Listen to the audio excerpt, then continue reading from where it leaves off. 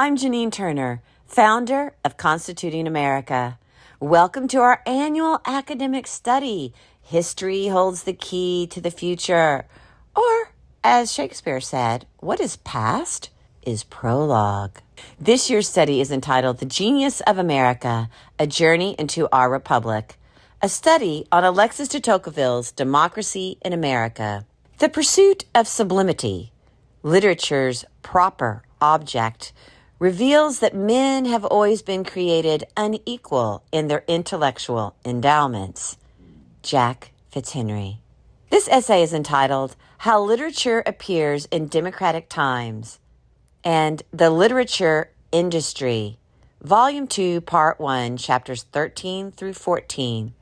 Guest essayist Jack Fitzhenry, and it's pages 445 through 450 of this version of Democracy in America, which is the University of Chicago Press, first edition, translated by Harvey Mansfield and Delba Winthrop.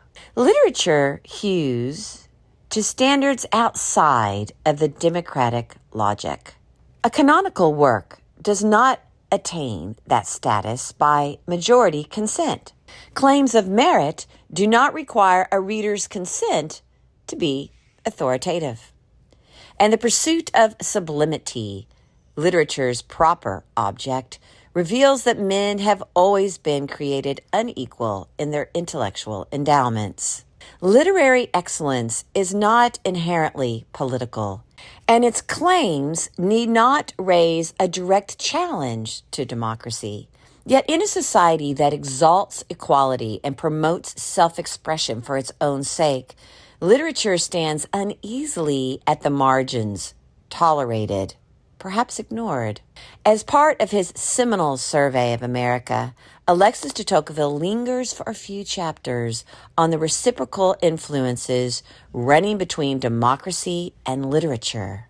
By the time he reaches literature, de Tocqueville has toured through adjacent subjects such as Americans' pursuit of arts and sciences. He has been critical, but the professed friend of democracy takes pains to convince readers that the, quote, irresistible, end quote, democratic revolution does not trail cultural poverty in its wake. Yet honesty compels de Tocqueville to acknowledge the tensions between American democracy and literature achievement, tensions that are only sometimes fruitful.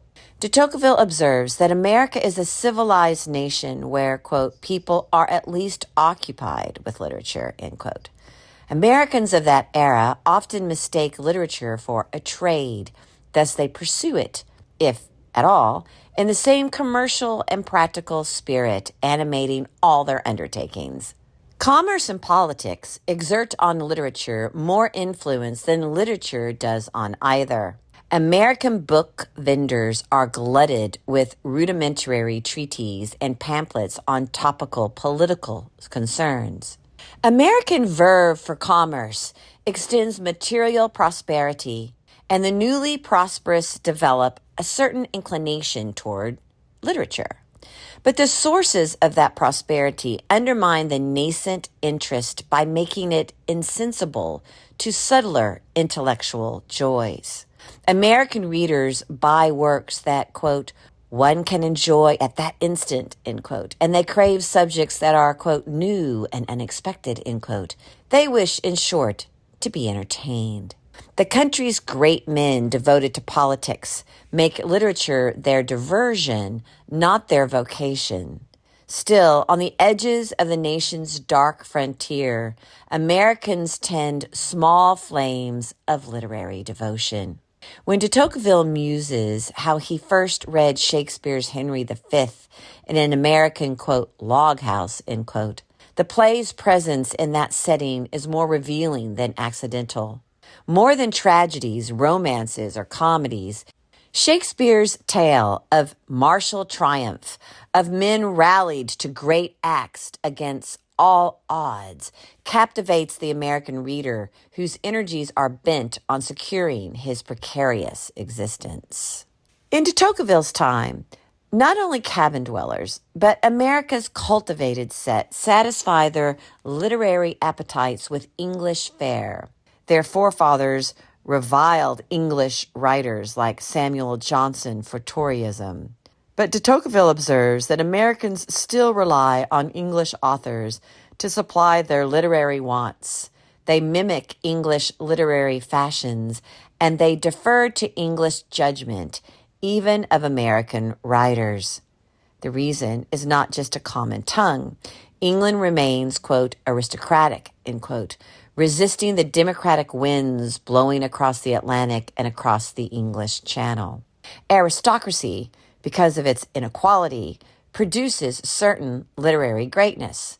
De Tocqueville warns that aristocracy's tendency toward isolation could deprive them of power, both literary and political. But aristocracies relieve the few of harrowing commercial cares, enabling the acquisition of that, quote, profound, end quote, knowledge of, quote, literary arts, end quote, that eludes most among the, quote, agitated multitude, end quote, of the world's new democracies. De Tocqueville, though, retains hope for a truly American literature. He explains that as societies move between conditions, there comes a period, maybe brief, but fecund, when democratic virility and aristocratic sensibility, quote, reign in accord over the human mind. Have de Tocqueville's observations on Americans' relation to literature fared well? America, though rarely lacking oligarchs, have never been aristocratic. But across 2.5 centuries, America has produced her own great writers: Whitman, Melville, Eliot, Hawthorne, Faulkner, and Hemingway are read, translated, and admired the world over. Several are Nobel laureates. And yet today, there is cause for pessimism, much of it traceable to the same tendencies de Tocqueville identified in the early 19th century America. The fixation on equality has overcome the academy with demands for representation based on authorial characteristics, having nothing to do with the quality of their work. Literature faculties retreat from standards faster than their students depart from other disciplines. American love of novelty and commerce brought us large language model, quote, artificial intelligence, end quote, to write for us about books we have not read.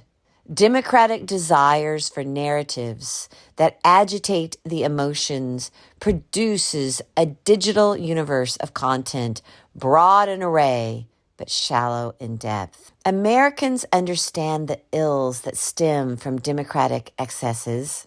In the Constitution, they tempered democratic politics with Republican forms because the cultivation of literature relies on influences, quote, alien or even contrary to equality, end quote. A similar recognition and restraint are required.